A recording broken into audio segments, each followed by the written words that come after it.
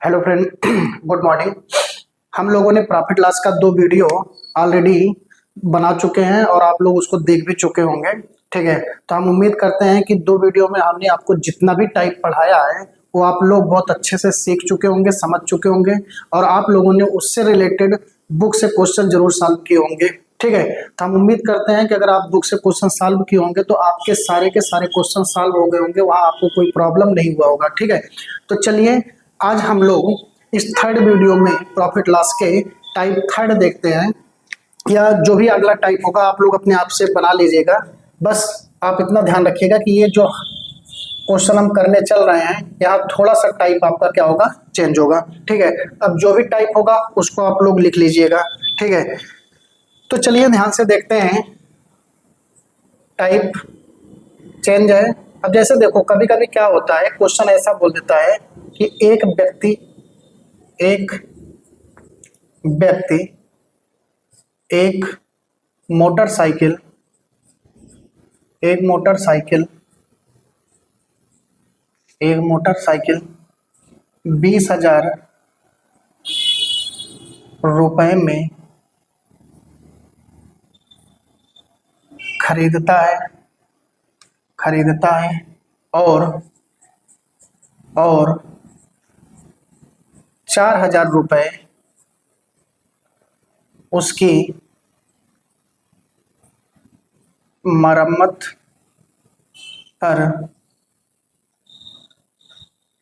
लगाता है। तो बताइए व्यक्ति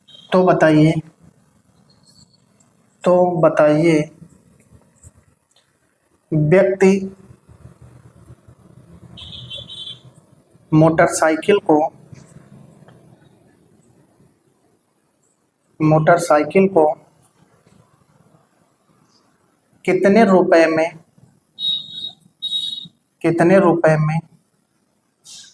को कितने रुपए में बेचे जिससे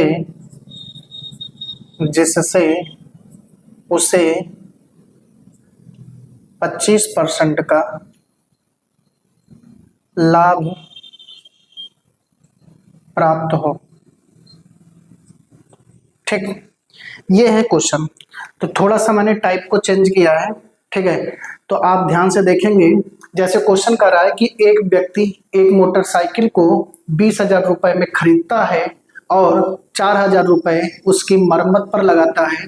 तो बताइए व्यक्ति मोटरसाइकिल को कितने रुपए में बेचे जिससे उसे 25% का लाभ प्राप्त हो। ठीक है, तो ये है आपका क्वेश्चन। अब अगर इस टाइप का क्वेश्चन आएगा तो आप इनको कैसे सॉल्व करोगे, आइए इसको देखने और सीखने की हम लोग कोशिश करते हैं। तो ध्यान से देखिएगा। अब आप कहोगे सर यहाँ जो कास्ट प्राइस है वह आपका 20,000 रुपए है, क्योंकि कह रहा है ना कि मोटरसाइकिल 20,000 रुपए में खरीदता है और उसके बाद इसके जो मेंटेनेंस पर है, तो मेंटेनेंस चार्ज अगर हम कहें तो आप कहोगे सर मरम्मत पर वह कितना रुपए लगाता है। तब आप कहोगे सर मरम्मत पर वह 4,000 रुपए लगाता है। तो मेरे भाई मेरे दोस्त, जो कास्ट प्राइस है और जो मरम्मत का खर्चा है, जब इन दोनों को हम जोड़ते हैं तब हमें नेट सीपी प्राप्त होता है। ठीक है, तो ये चीज अपने दिमाग में सेव कर लो। जो हम कोई वस्तु खरीद कर लाते हैं उस पर जो हम एडिशनल खर्च करते हैं, मतलब उसको बनवाने में या जो उसमें कमियां होती है उसको सुधारने में जो कुछ हम एक्स्ट्रा खर्च करते हैं वह कास्ट प्राइस में जोड़ दिया जाता है। तो अब आपका नेट सीपी प्राप्त होता है। तो नेट जो सीपी है आपका, अब वो बन गया 24,000 रुपए। ठीक है, क्या इतनी मेरी बातें आ गई समझ में? तो ये अपने दिमाग में सेट कर लो। जब भी अगर ऐसा क्वेश्चन आएगा कि मरम्मत कराने में या कुछ ऐसा, मतलब उसके मेंटेनेंस कराने में कुछ चार्जेस हम लगाते हैं, तो हम क्या करेंगे, हम कास्ट प्राइस में हमेशा उस चार्ज को जोड़कर हम अपना नेट सीपी कैलकुलेट करते हैं। तो अब नेट सीपी आपका कितना आ गया, तब आप कहोगे सर 24,000 आ गया।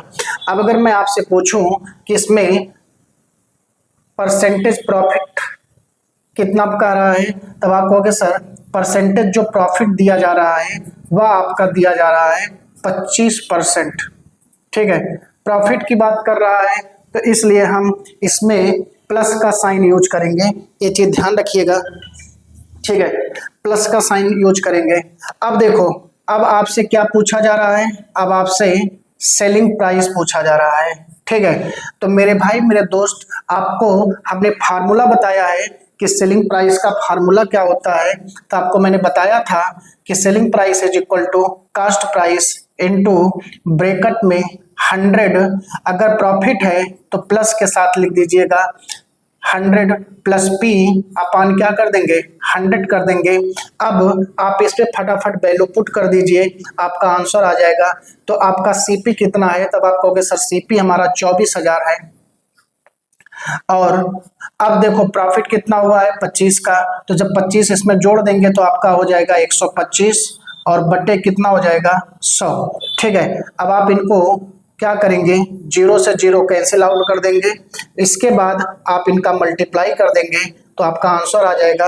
अब आप जब इनका मल्टीप्लाई कराएंगे तो कितना आएगा, 5 चौक 20 और 5 दूनी 10, 2 12। ठीक है, तो अब आप कहोगे सर 0 आ गया, उसके बाद 12 24 दूना, आप कहोगे सर 24 दूना हमारा हो गया 48, 48 और 12 कितना हो जाएगा, तब आप कहोगे सर 48 और 12 हमारा हो जाएगा 60।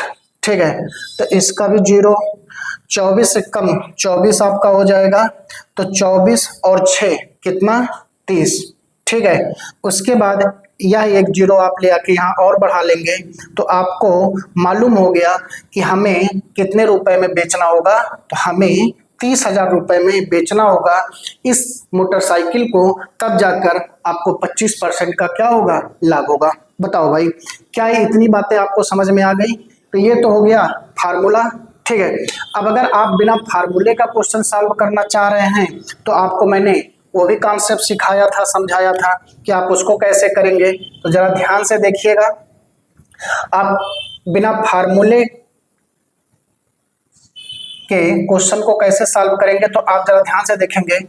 जो सेकंड मेथड हमने आपको बताया था, सेकंड मेथड हमने आपको क्या बताया था कि जो परसेंटेज दिया है उसी परसेंटेज का यूज कर लो। ठीक है, अब देखो 25% का लाभ, इसका मतलब है कि परसेंटेज प्रॉफिट यहाँ दिया गया है, परसेंटेज प्रॉफिट कितना दिया गया है 25%। ठीक है, तो अब इस 25% को हम लिख सकते हैं प्लस 25/100।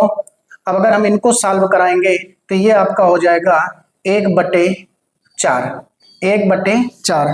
तो आपको हमने बताया था कि जो आपका नीचे होता है वो आपका कास्ट प्राइस होता है, जो आपका ऊपर होता है वो प्रॉफिट या लॉस होता है। तो यहाँ प्रॉफिट हो रहा है तो ये आपका ऊपर वाला प्रॉफिट हो जाएगा। तो जब हम सेलिंग प्राइस निकालेंगे तो कास्ट प्राइस में हम प्रॉफिट को जोड़ देंगे। ठीक है, जैसे हम कास्ट प्राइस में प्रॉफिट को जोड़ेंगे तो हमारा सेलिंग प्राइस आ जाएगा। अब हमें मालूम है कि जो कास्ट प्राइस है वह 4 यूनिट है और इसी 4 यूनिट का मान आपका 20,000 प्लस 4,000 होगा। कहने का मतलब ये 24,000 इसी 4 यूनिट का मान होगा। तो अब हमें मालूम हो गया कि 4 यूनिट का जो मान है वो कितना है, तब आप कहोगे सर 4 यूनिट का मान हमारा है 24,000। ठीक है, अब 1 यूनिट का मान आप निकालेंगे। 1 यूनिट का मान निकालने के लिए आप 24,000 को क्या करेंगे, 4 से भाग कर देंगे और आपको सेलिंग प्राइस निकालना है। तो सेलिंग प्राइस कितना यूनिट है, तब आप कहोगे सर 5 यूनिट है। तो 5 यूनिट का मान अगर हमें निकालना है तो 5 यूनिट का मान निकालने के लिए हम 24,000 को 4 से भाग कराएंगे और फिर 5 से मल्टीप्लाई करा देंगे। तो चलो तुरंत मल्टीप्लाई कराते हैं। अब देखो 4 छंग 24, आपका 6,000 आ गया और 6 का जब हम 5 से मल्टीप्लाई कराएंगे तुरंत आपका आ जाएगा 6 पंचे 30 और उसके बाद 3 जीरो आप आगे बढ़ा दें तो ये आपका आ गया 30,000। ठीक है, तो आप देख पा रहे हैं जो आंसर आपका फार्मूले से आ रहा था वही आंसर आपका रेशियो मेथड से, मतलब इस परसेंटेज मेथड से भी आपका आंसर आ रहा है। ठीक है, तो हम उम्मीद करते हैं कि दोनों मेथड आपको प्रॉपर समझ में आ रहा होगा, इसलिए हम हमेशा दोनों मेथड का यूज करके आपको क्वेश्चन को सॉल्व करना सिखा रहे हैं। ठीक है, तो हम फोकस करेंगे कि आप ज़्यादा से ज़्यादा इसी पर क्वेश्चन सॉल्व करिएगा इस पर क्वेश्चन ना सॉल्व करने का प्रयास करेंगे, ठीक है। लेकिन वो आपके ऊपर है कि आप किस प्रकार से क्वेश्चन सॉल्व करना चाहते हैं। आप किसी भी तरीके से क्वेश्चन को सॉल्व करिए, लेकिन बस ज़्यादा से ज़्यादा क्वेश्चन का प्रैक्टिस करेंगे तो कोई भी कॉन्सेप्ट होगा वह आपको एज ए ट्रिक समझ में आएगा, ठीक है। तो बस आप ज़्यादा से ज़्यादा क्वेश्चन को सॉल्व करिए, ठीक है। तो हम उम्मीद करते हैं कि ये चीज़ें आपको समझ में आ गया होगा, ठीक है। तो यहाँ मैंने आपको एक नई बातें सिखाई कि कभी भी जब हम कोई भी मेंटेनेंस चार्ज लगाते हैं तो उसको हमेशा कास्ट प्राइस में जोड़कर तब हम नेट सीपी निकालते हैं, ठीक है। उसके बाद हम फिर क्या करते हैं, क्वेश्चन को आगे सॉल्व करते हैं, ठीक। तो टाइप थर्ड आपका मतलब जो भी टाइप होगा ये आपका आप अगला टाइप बना लेंगे। तो इस टाइप में आपने एक नया सीखा कि जो भी आपका मेंटेनेंस चार्ज वगैरह होता है उसको सीपी में जोड़कर हम हमेशा नेट सीपी निकालते हैं, फिर अब हम आगे क्वेश्चन को सॉल्व करते हैं। क्या मेरी बातें आप लोगों को समझ में आ गई? तो हम उम्मीद करते हैं कि इस टाइप के क्वेश्चन को आप सॉल्व कर लेंगे, ठीक है। तो इस टाइप के क्वेश्चन को आप बुक से ढूंढिएगा और उसको सॉल्व करिएगा, ठीक है, और अपने आंसर का मिलान कर लीजिएगा। चलिए, तो यहां तक आपको मेरी बातें समझ में आ गई होंगी। तो अब हम फिर से टाइप चेंज करते हैं।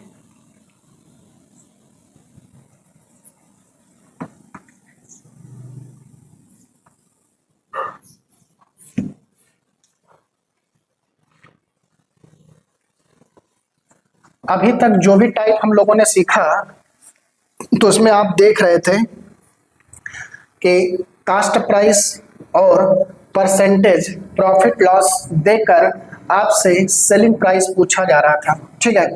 अब हम नेक्स्ट जो टाइप पढ़ेंगे जस्ट इसका उल्टा पढ़ेंगे।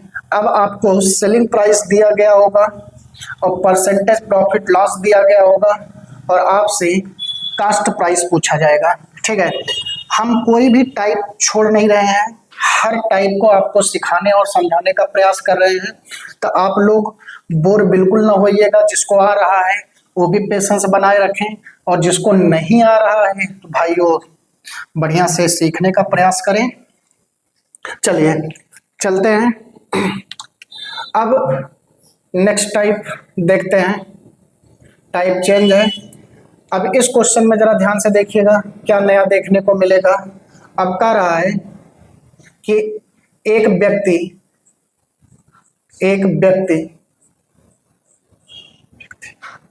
एक वस्तु को एक व्यक्ति एक वस्तु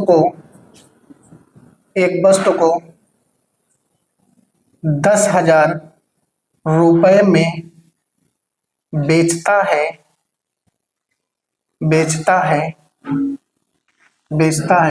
तो उसे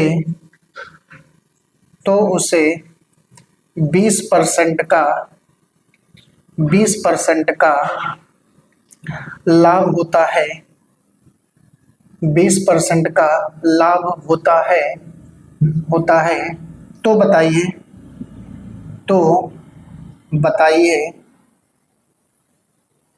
तो बताइए वस्तु का क्रय मूल्य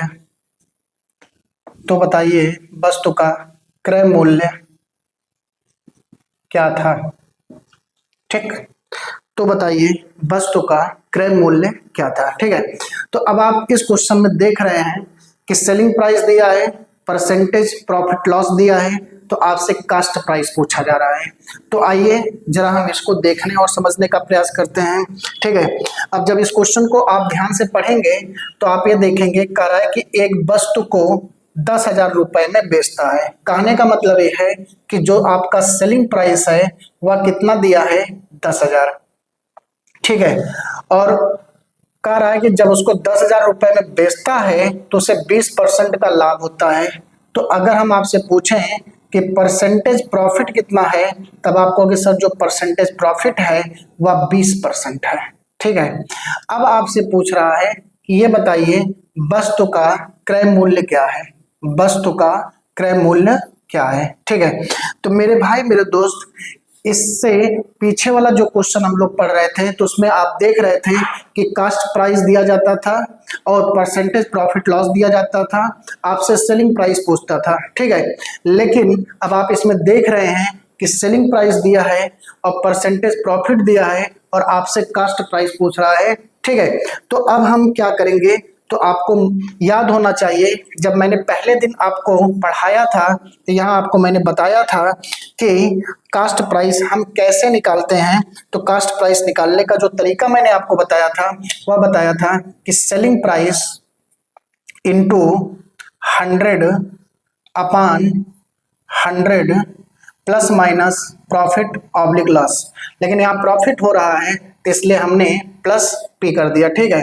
तो प्रॉफिट के केस में हमेशा प्लस होता है, ये आप अपने दिमाग में सेव कर लो, ठीक है। अब देखो सेलिंग प्राइस कितना दिया है, तब आप कहोगे सर सेलिंग प्राइस हमारा 10,000 है। अब देखो हम क्या करेंगे, इनको अब इस 20% को ले आकर यहाँ जब जोड़ेंगे तो वह आ जाएगा 120, ठीक है। अब आप इनको सॉल्व करेंगे तो सॉल्व करने पर देखो क्या रिजल्ट आता है, इनको सॉल्व कर दो, 1 0 से 1 0 कैंसिल हो गया। अब इसके बाद 2 पंचे 10, 2 छंग 12, ठीक है। अब फिर इनको आप 2 से भाग कराओगे तो 2 तिहाई 6, 2 पंचे 10, कितना आ गया 5,000 आ गया, ठीक है। अब अगर आप इनको आगे सॉल्व कराओगे तो अब आपका आ गया 25,000 बटे 3, ठीक है। अब आगे जब इनको सॉल्व कराओगे तो 3 सत्ते 21 और 3 8 24, 3 8 24, इसके बाद एक 25, 10 आ गया। तो इसका मतलब है 3 त्रिका 9 हो गया, ठीक है। अब आपका 3 त्रिका 9, एक 10, फिर आपका 3 त्रिका 9 हो गया, फिर आपका 10 बचेगा, 3 त्रिका 9 हो गया, फिर पॉइंट जब बढ़ाएंगे तो फिर आपका 333 आता रहेगा। तो इसका मतलब है कि 833.33 रुपए में इनको क्या किया गया होगा, खरीदा गया होगा। तब आपने 10,000 में इनको बेचा होगा तो आपको 20% का क्या हुआ होगा, प्रॉफिट हुआ होगा, ठीक है। तो क्या मेरी बातें आपको समझ में आ गई? तो ये है आपका फार्मूला बेस्ड सॉल्यूशन, ठीक है। अब अगर इसको हम रेशियो मेथड से करना चाहें तो कैसे करेंगे, आइए फटाफट हम उसको देख लेते हैं। तो रेशियो मेथड से सॉल्व करने के लिए मैंने आपको क्या बताया था, मैंने आपको बताया था कि जो परसेंटेज प्रॉफिट लॉस दिया गया होगा हम उन्हीं का यूज करेंगे। तो यहाँ देखो परसेंटेज प्रॉफिट कितना दिया है, तब आप कहोगे सर परसेंटेज प्रॉफिट दिया है 20%, ठीक है। प्रॉफिट है तो इसलिए प्लस के साथ। अब आप इसको क्या करोगे, अब आप इसको लिख सकते हो प्लस 20/100, इनको आगे सॉल्व कराओगे तो कितना आ जाएगा 1/5, ठीक है। तो कहने का मतलब ये आपका कास्ट प्राइस हो गया, ये आपका प्रॉफिट हो गया। तो सेलिंग प्राइस अगर हमें पता लगाना है तो कास्ट प्राइस में प्रॉफिट को जोड़ दो तो हमें सेलिंग प्राइस मालूम हो जाएगा। तो सेलिंग प्राइस कितना यूनिट है, 6 यूनिट, और इसी 6 यूनिट का मान दिया गया है कितना, 10,000। तो अब आप कहोगे सर 6 यूनिट का मान जो है वह 10,000 है, तो 1 यूनिट का मान कितना होगा, तब आप कहोगे सर 1 यूनिट का मान होगा 10,000/6। अब कास्ट प्राइस पूछा जा रहा है तो कास्ट प्राइस कितना यूनिट है, तब आप कहोगे सर 5 यूनिट है, तो 5 यूनिट का मान, तब आप कहोगे सर 10,000/6 और गुणे कितना, गुणे 5, ठीक है। अब आप इनको अगर सॉल्व कराओगे तो सॉल्व कराने पर आपका कितना आएगा, तो आप देखोगे तो आपका सेम यही रिजल्ट आएगा, 2 तिहाई 6, 2 पंचे 10, तो देखो 5,000 आ गया। अब इस 5,000 का जब 5 से मल्टीप्लाई कराएंगे तो 5 पचम 25, तो आपका 25,000/3 आ गया। तो जरा ध्यान से देखिए, जो 25,000/3 यहाँ आया था सेम यही देखो यहाँ आ गया। अब अगर हम इसको आगे सॉल्व कराएंगे तो अब आप कहोगे सर 8,333.333 समथिंग रुपए आएगा, ठीक है। तो कहने का मतलब ये आपका कास्ट प्राइस निकल कर आ गया, ठीक है।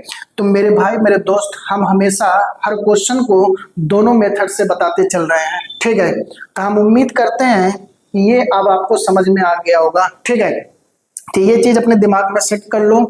आपको कास्ट प्राइस देकर सेलिंग प्राइस पूछ सकता है, सेलिंग प्राइस देकर कास्ट प्राइस पूछ सकता है। तो आपको अब घबराने की जरूरत नहीं है।